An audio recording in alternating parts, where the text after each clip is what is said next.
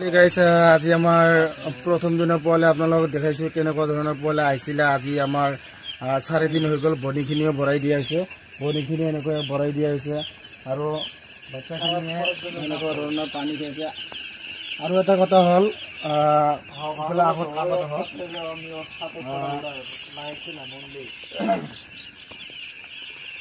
মানুহে যেতিয়া বাচ্চাখিনি সৰু সৰু থাকে তেতিয়া মিনাৰেল ওয়াটাৰ মিনাৰেল ড্ৰিঙ্কাৰ ইউজ কৰে, কিন্তু আমি মিনাৰেল ইউজ কৰা নাই। আমি ইউজ কৰিছো টায়াৰৰ লগত এটো বস্তা সোমাই দিছো, বস্তাৰ ভিতৰত টায়াৰ সোমাই দিছো। টায়াৰ সোমাই দিয়াৰ পিছত এতে আমি দানাখিনি দি দিওঁ আৰু বাচ্চাখিনি এতে খাই এতে শুই থাকে। আৰু দিনত আমি এবাৰ কৰি চাফা কৰি দিওঁ। যিখিনি খোৱা হোৱাৰ পিছত এইটো যিটো গুৰিটো থাকে সেইটো পেলাই দিওঁ।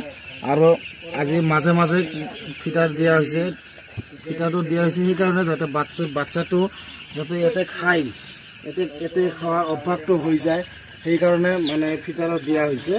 আৰু বাচ্চাখিনি আজি বাচ্চাৰ এটা কোৱালিটিটো ভাল আছিল, কিন্তু কিবা কাৰণত এটা মিষ্টেক হৈ গৈছে। মিষ্টেক হোৱাটো কি মানে আমি ভালকৈ চোৱা নাই।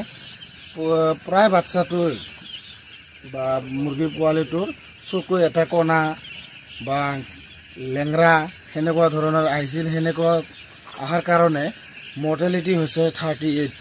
বহুত দুখজনক কথা। এইবাৰ নাজানো কি হ'ব, মৰ্টেলিটিটো বেছি হৈছে আৰু কিডনিৰ প্ৰব্লেমটোও আছে। কিয় বা এনেকুৱা হ'ল, কিন্তু আৰু বতৰটো দুটানাত পৰি গ'ল, না ঠাণ্ডা না গৰম সেনেকুৱা বতৰত পৰি গ'ল।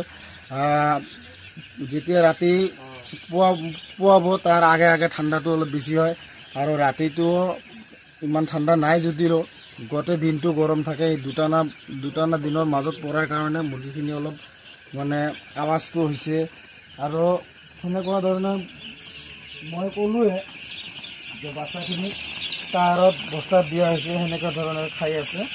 এনেকুৱা ধৰণৰ তাৰমানে এনেকুৱা বস্তু দিলে কি হয়, এওঁলোকে এতে খাই এতে শুই থাকে। তেতিয়াহ'লে বস্তুটো এওঁলোকে যিমান খাব লাগে প্ৰপাৰলি পায়, খানাটো প্ৰপাৰলি পায়। আৰু পানী অলৰেডি আমি আজি 4 দিনতে আমি অটো ড্ৰিংকাৰটো কানেকশ্যন কৰি দিছোঁ।